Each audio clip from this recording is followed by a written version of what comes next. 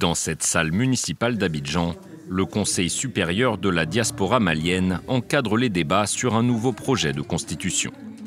Pour ces Maliens installés en Côte d'Ivoire, le oui semble faire l'unanimité. Oui, moi, ma position est très claire. Je vais voter et je vais dire oui. Parmi les points clés de la réforme, retirer aux Français son statut de langue officielle et permettre aux Maliens de l'étranger de participer aux élections législatives. Un argument de taille en Côte d'Ivoire où près de 300 000 membres de la diaspora malienne sont déjà inscrits sur les listes électorales.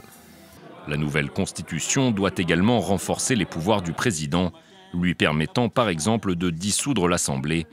Et si certains opposants craignent que le régime actuel n'en profite pour prolonger son mandat, à Abidjan, personne ne semble douter de l'intégrité des dirigeants maliens.